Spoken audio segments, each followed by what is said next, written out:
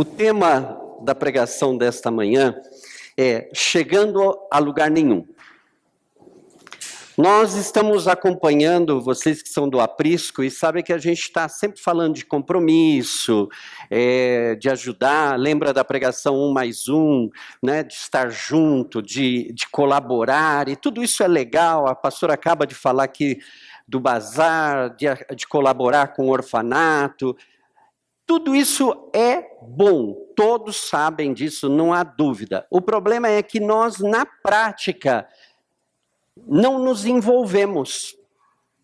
E hoje eu quero colocar para vocês algumas coisas que a gente faz no dia a dia e que tem impedido você e eu de chegar a alguma parte. Por isso a mensagem é chegando a lugar nenhum, que é o que a maioria está fazendo. E justo numa época em que tem tanto coach, tanta gente, se você entra nas redes sociais, tem muita gente falando de como, não, você é importante, agora você é o vencedor, você vai conseguir, vai para frente, conquista.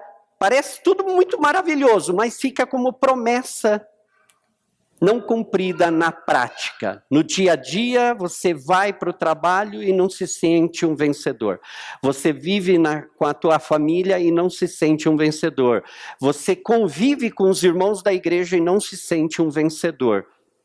E aí a gente começa a seguir, assistir cultos, a frequentar os aniversários, a participar das festas, mas se alguém chegar naquele momento e te pegar desprevenido e perguntar por que você está aqui, qual o teu objetivo, a maioria de nós não sabe aonde a gente está chegando. A gente não sabe para onde a gente está indo.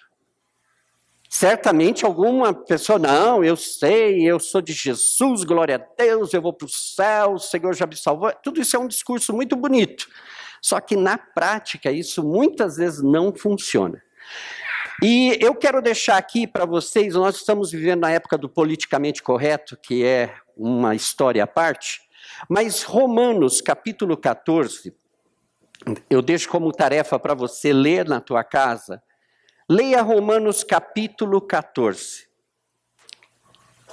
Ele destrói muitos argumentos, mas se você quer ser realmente um politicamente correto do reino de Deus, Romanos capítulo 14.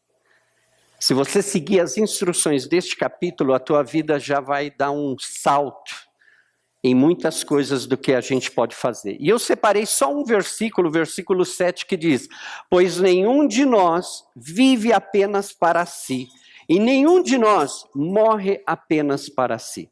Significa que nós não estamos no planeta Terra para ser individuais. Nós estamos aqui para viver no coletivo. O homem foi criado desejando o coletivo. O próprio Deus que o criou falou, não é bom que ele viva só. E criou a mulher, eles procriaram e é o que nós já sabemos, se tornou uma família. Mas o que aconteceu nesse desenvolver da história? As pessoas começaram a viver e cair na rotina. Então nós nos casamos e não sabemos por quê. Ah, mas eu estava apaixonado. Ok, estava apaixonado. E aí? Depois virão os filhos. E o que você vai fazer com isso? E qual é o objetivo? Depois você morre velho e vai deixar o que para eles? Uma casa? Ou um legado? Eu vou ler aqui algumas coisas, quero que você preste atenção, porque algumas delas assim, são complicadas. O modo como você começa algo determina o resto. E o resto tem um papel importante nas decisões que você toma sobre como começar. Quem disse isso? Rand Pope. Para quem não sabe, o criador do Life on Life. Seguir a Jesus pressupõe terminar uma tarefa.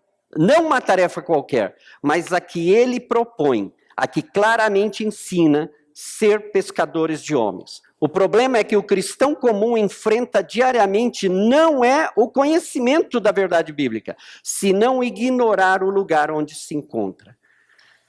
Esse é o que os pastores mais veem como desculpa esfarrapada do crente comum. Ah, é que eu não sou, é que eu não conheço, eu não sou teólogo, é que eu não sei a Bíblia, é que eu não sei evangelizar, é que eu sou novo na fé. Tudo isso é balela. Isso não funciona no reino de Deus. Se você conhece a Jesus Cristo, você vai terminar falando dele. Se você não consegue falar dele, é porque o teu relacionamento com ele ainda é meio superficial. Quando você está apaixonado por alguém, até com a boca fechada alguém descobre que você está apaixonado, não é verdade? Porque está em você, faz parte do teu ser. Aquilo mexe com você. Quando você é apaixonado por Jesus, você pode ficar com a boca fechada, mas alguém vai perceber que você tem algo diferente. Então, não existe desculpa. O problema é que a gente não sabe o lugar onde a gente se encontra. Ah, eu sou de Jesus, glória. Ah, você é de Jesus, muito bem. Agora vai e pesque homens. Ah, mas eu não sou apóstolo. Ah, mas eu não estudei teologia. Ah, mas eu não sou, é que eu não conheço. Ninguém antes conhecia. Eles aprenderam no caminho. Eu amo isso. A igreja primitiva era conhecida a igreja no caminho. Não era do caminho, era no caminho. Era uma igreja que estava aprendendo caminhando. A gente aprende na vida vivendo. E o evangelho é a mesma coisa. Se você quer crescer na graça e no conhecimento de Jesus Cristo, você tem que manter um relacionamento com ele todo o tempo, todos os dias. Não é hoje, domingo, na igreja, e eu passo 6 dias da semana longe de tudo que fala e que se relaciona com Deus, aí no outro domingo eu volto e, não, agora eu vou me relacionar com Deus.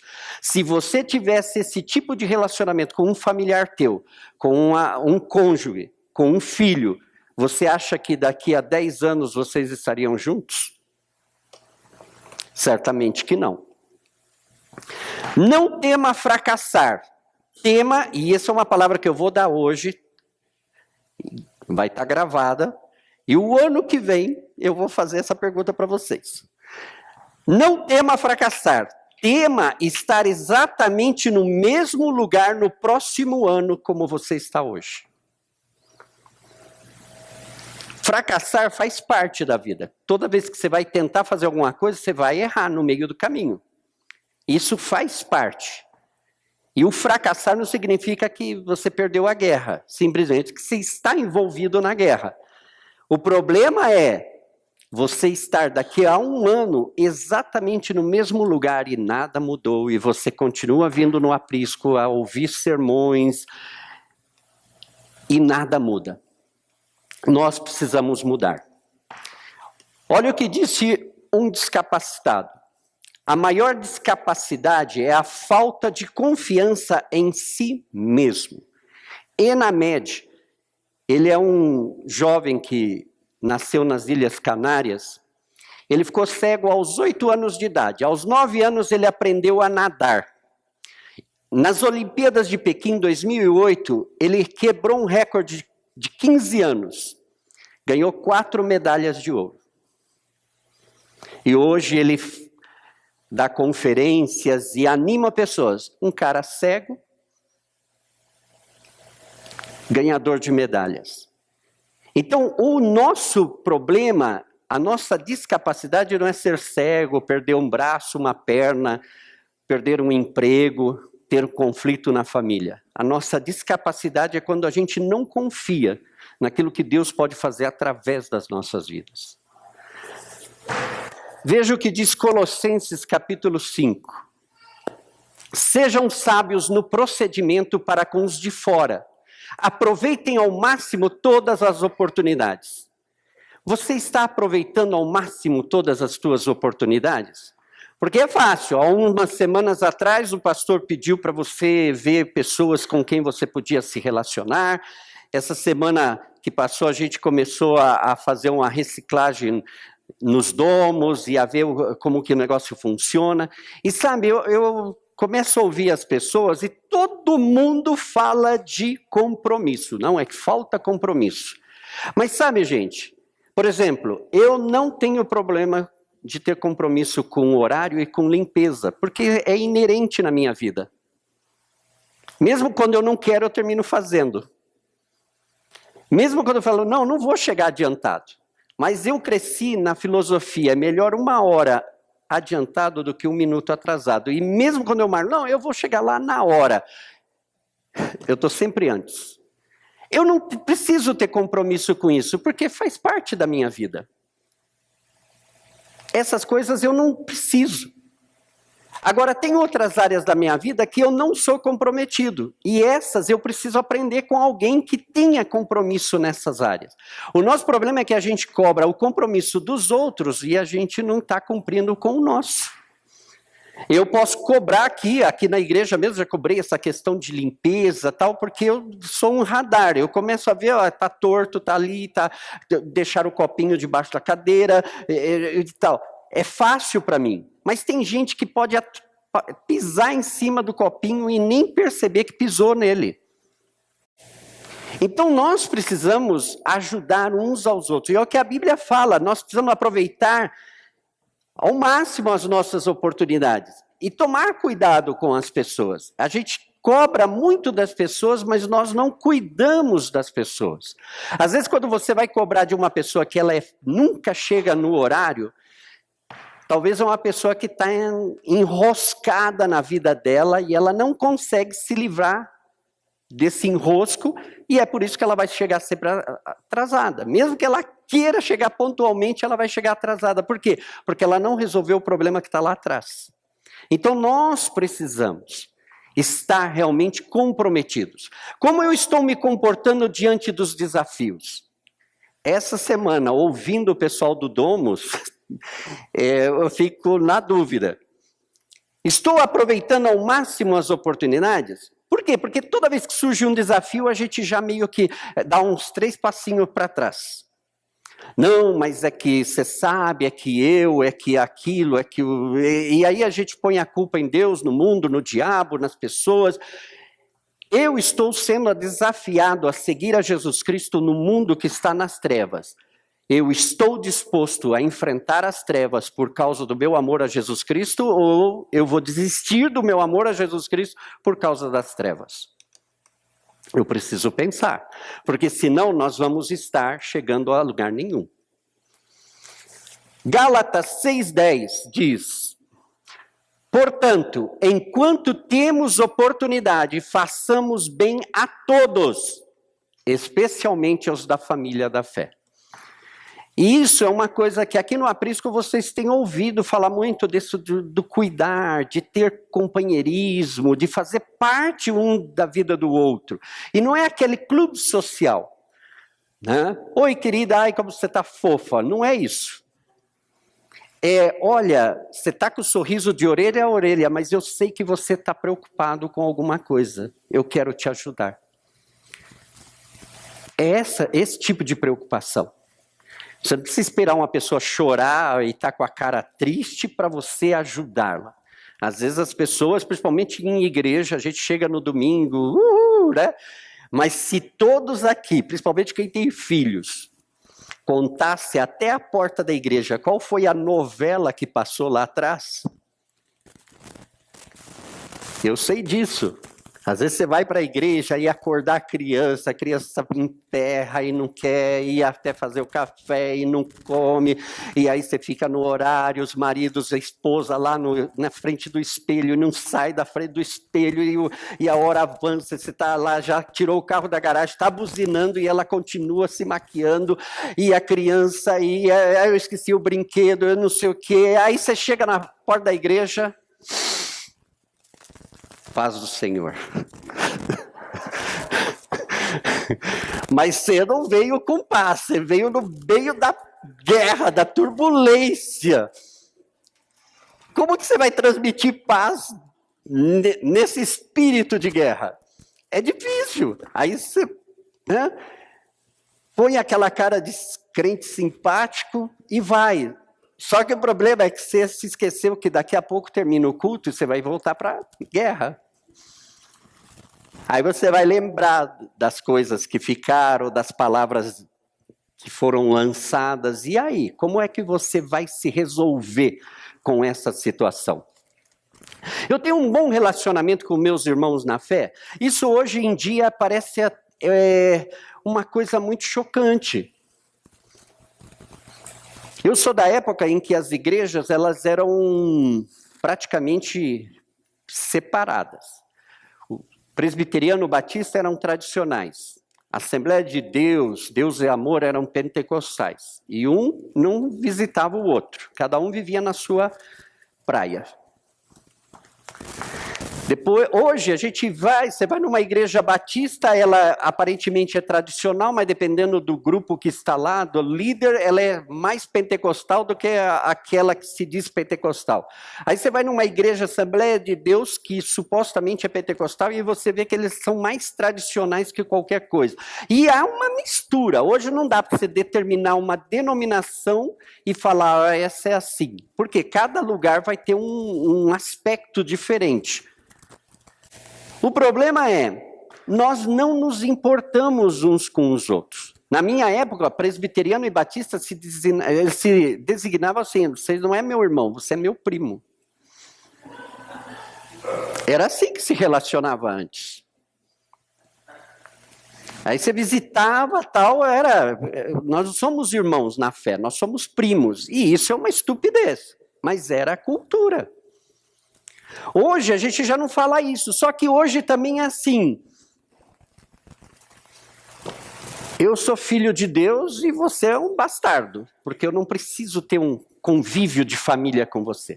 Eu convivo com você só ali, nas coisas superficiais, mas no profundo eu não preciso me relacionar, eu não preciso dar minha vida por você. E isso não é o reino de Deus. O evangelho é você doar-se, seguir o exemplo de Cristo, que deu a sua vida por nós. Agora você vai pegar a tua vida e vai doar para o outro. Politicamente correto no reino de Deus. Mas nós não estamos dispostos a doar. É por isso que muitas vezes os pastores, sabe, a gente fica falando, e aí você vê as caras e o compromisso das pessoas, as pessoas, elas parecem que elas têm tudo para dar certo, mas elas não dão um passo de fé. Por quê? Porque elas não acreditam nelas mesmas. Elas não acreditam naquilo que Deus fez por elas, então elas ficam do lado. Ouvem aqui do púlpito, Deus te ama, Deus te quer, Deus vai usar a tua vida, o Espírito Santo está na tua vida e não sei o quê. Aí quando você coloca ela de frente com um conflito, ela fala, não, eu não acredito nisso. Eu não posso fazer isso. Chama o outro, porque ele pode, eu não. E é por isso que nós não avançamos. E o reino de Deus, gente, ele não está paralisado pelo tempo, pelos medos. O reino de Deus está avançando. Enquanto as trevas estão aí, a palavra diz que no final dos tempos, o mundo vai ficar debaixo de grandes trevas, mas aonde abundou o pecado, sobreabundou a graça. Toda a terra será cheia do conhecimento da glória de Deus. É nos momentos mais críticos das nossas vidas onde nós podemos ver mais claramente a luz do Evangelho de Jesus fazendo a diferença.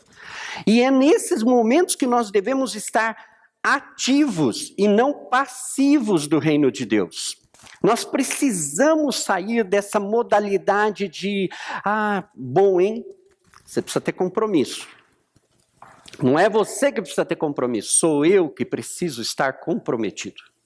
Se cada um de nós falar, eu vou estar comprometido com aquilo que eu posso, a gente não precisa fazer nem apelo.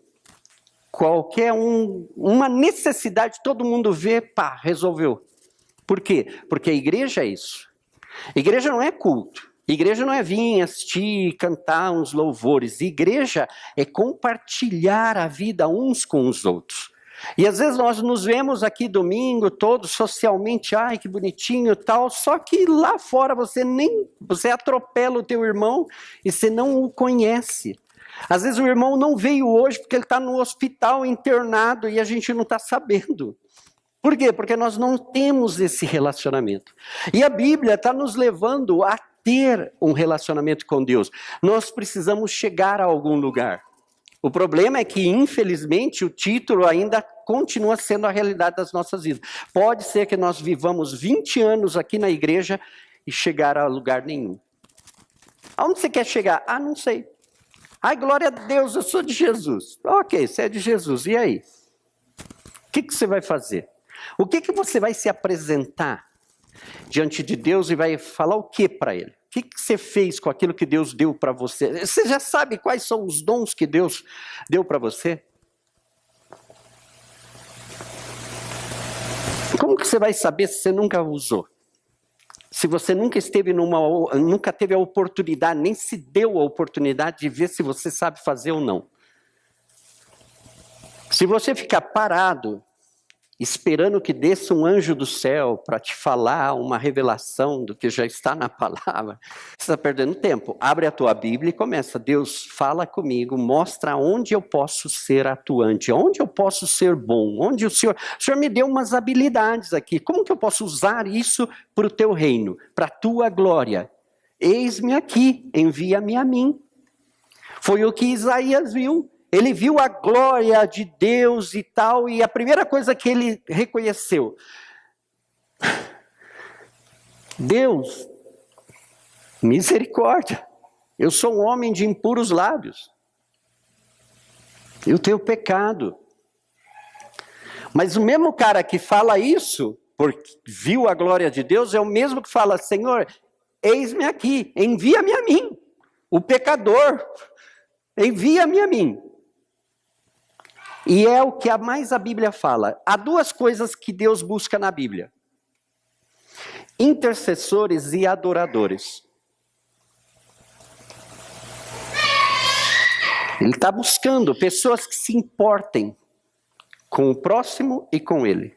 Pessoas que estejam conectadas com aquilo que vale a pena no reino de Deus, que é as vidas e o nosso Deus.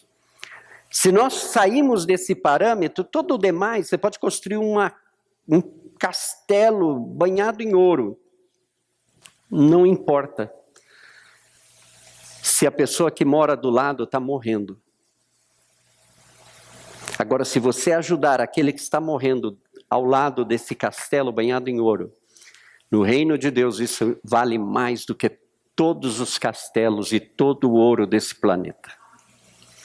Nós precisamos entender aonde que nós estamos indo. 1 de Timóteo 4,10. Se trabalhamos e lutamos, é porque temos colocado a nossa esperança no Deus vivo, o Salvador de todos os homens, especialmente dos que creem. Se trabalhamos e lutamos, é porque temos colocado a nossa esperança no Deus vivo. Eu pergunto para você, aonde está a tua esperança? E não quero que você responda como um religioso, glória a Deus, aleluia, sim, eu confio no Deus vivo. Sim, ok, você confia no Deus vivo? Como é que você faz quando é hora de trabalhar e lutar pelo próximo? Porque esse Deus vivo entregou o Filho unigênito dele para morrer por toda a humanidade. E agora? Ele trabalhou e lutou por todos nós. E agora, como é que eu e você estamos levando na prática isso? O que nos falta, um lugar onde a gente quer chegar, é que a gente não tem uma motivação correta. Para que eu vou lutar? Para que eu vou trabalhar? Ai, pastora, para que eu vou me envolver em coisas? Pastores escutam muito isso em ministério. Você chama a pessoa, é que eu não tenho tempo, eu estou muito ocupado e tal.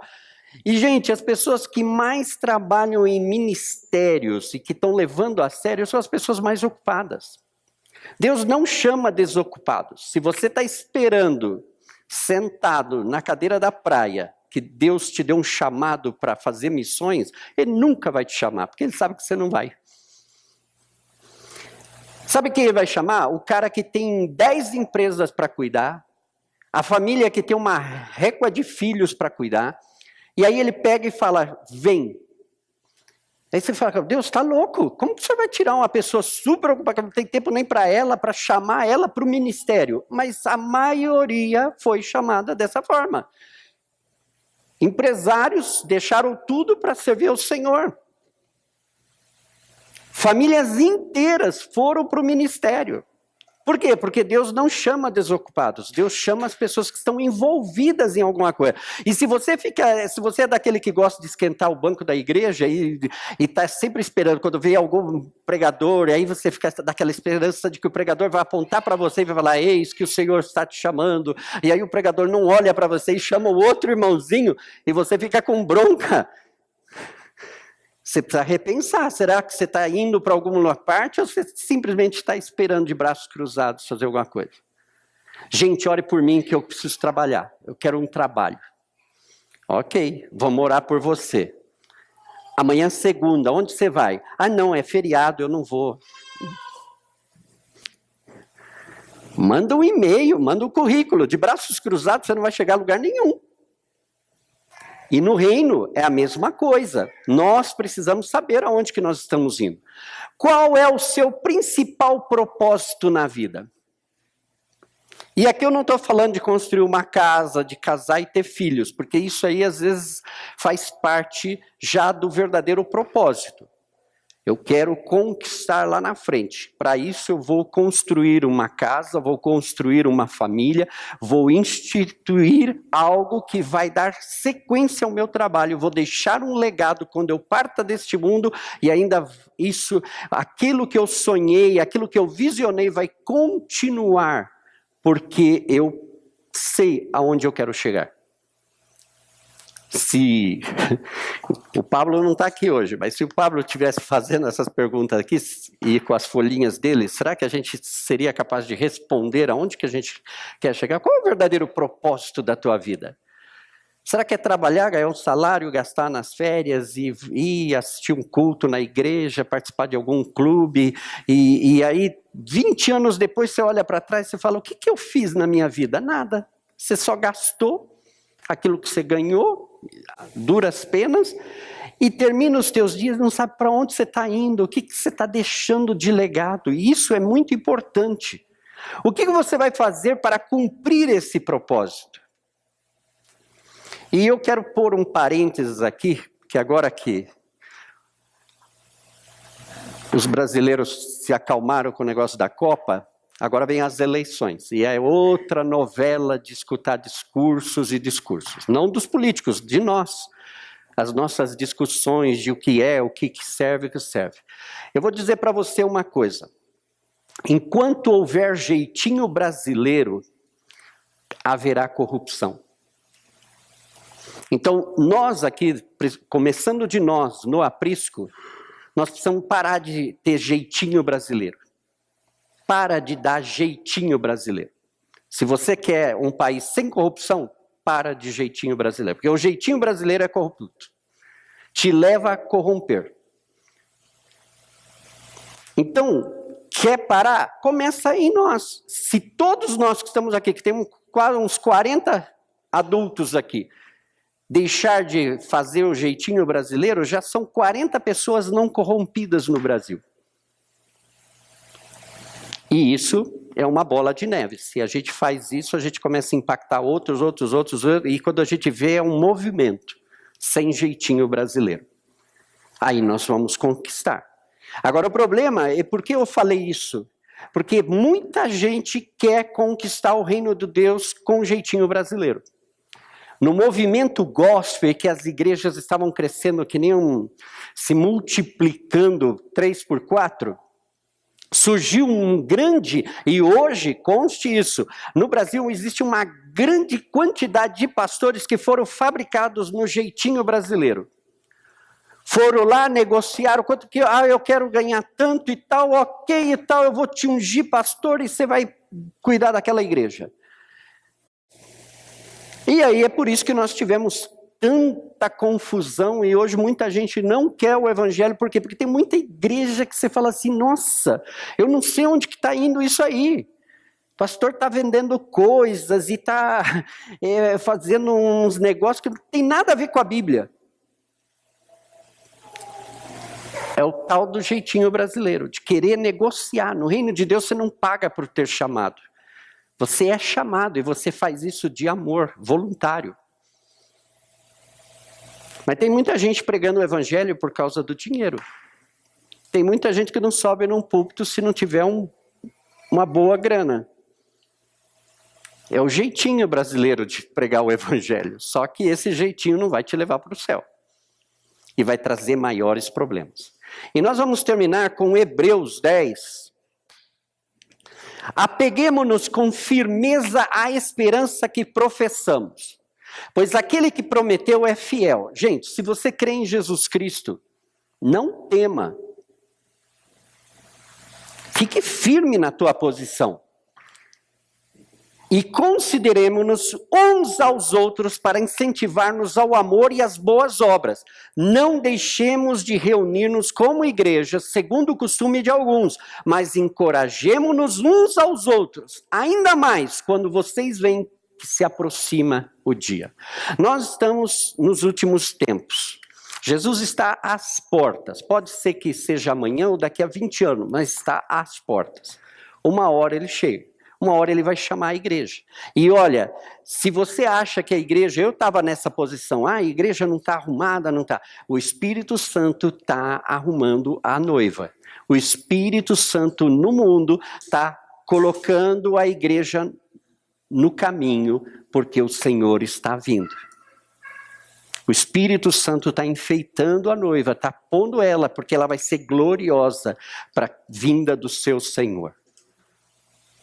E o Espírito Santo está nos preparando. Se você tem ouvido, olha, volte-se para o caminho, deixa essas loucuras de glória a Deus, aleluia, para lá e volta para o teu compromisso com Deus, com a palavra, é o Espírito Santo ajeitando a tua vida. Porque daqui a pouco, ou o Senhor nos arrebata, ou nós partimos dessa para uma melhor. Essa semana um amigo meu estava falando de algumas questões aí, e de repente me veio muito isso. Eu não quero ter a morte como um prêmio. A morte como um prêmio, é por isso que hoje tem muita gente pulando da ponte. É a morte por um prêmio. Ah, essa vida não está boa, então eu vou me matar. E a morte é o prêmio. Porque na cabeça deles, eu termino morrendo. Eu morro e acabam os meus problemas. Mas não pensa do outro lado. Nós cristãos que temos a esperança em Jesus, que é o fiel, a morte é só um traspasso para um lugar melhor. É só cruzar a fronteira. Você sai desse mundo e vai para o reino de Deus. É uma passagem, ela não é um prêmio. Aliás, para quem não sabe, a morte, o diabo e o inferno serão lançados no lago de fogo no final dos tempos. Então até a morte está condenada. Então não queira abraçar a morte como tua amiga. Ela é só um guardinha de imigração para que você passe para o outro lado. Um instrumento de Deus, mas que no fim das contas vai ser condenada também. Jesus venceu a morte. Ela já foi vencida, então ela não é nada para nós. A morte é só alguém que nos apresenta o outro lado. E se você está consciente disso, você vai chegar a algum lugar. Mas se você não estiver consciente aonde está a tua fé, você vai ficar sempre nessa cobrança. E hoje agora eu estou falando para o pessoal daqui. Chegou a hora da gente parar de dar desculpas e cobrar dos outros aquilo que nós não estamos fazendo. Eu tenho que fazer, você tem que fazer, faça a sua parte, faça o melhor de você. Aquelas áreas que você não é bom, peça ajuda dos outros. Se você pede ajuda do outro, você já está levando o outro a fazer alguma coisa boa em favor da humanidade. E aí imagina se um depende do outro, um cuida do outro, como isso não vai crescer? Como isso não vai alcançar aqueles que estão lá fora e que hoje não podem estar aqui porque acham que igreja é um negócio de gente louca? É o tempo. Nós precisamos estar preparados. Nós precisamos deixar de pensar que nós não vamos chegar a lugar nenhum. Nós precisamos chegar em algum lugar, mas um lugar que Deus preparou para você. Deus está esperando para que nós sejamos aqueles que vão governar as nações na volta dele. Nós vamos estar aqui 1000 anos neste planeta e Jesus vai mostrar que é possível ter um planeta 100% funcionando, com nações corretas. Com quem? Com o povo dele, que o Espírito Santo nesse momento está preparando esses pecadores como nós, para que um dia nós estejamos à imagem e à estatura de nosso Deus, de tal forma que Ele coloque cada um de nós para governar as nações. Esse é o nosso destino. O teu destino é morrer e ir para o céu e ficar lá tocando harpa. Não é o teu destino. Deixa isso aí que os anjos já tocam harpa já faz muito tempo e eles vão continuar por eternidade. O nosso destino é converter-nos em adoradores do nosso Deus, de ter intimidade com Deus como nunca antes na história, e nós sermos o povo escolhido do seu Deus.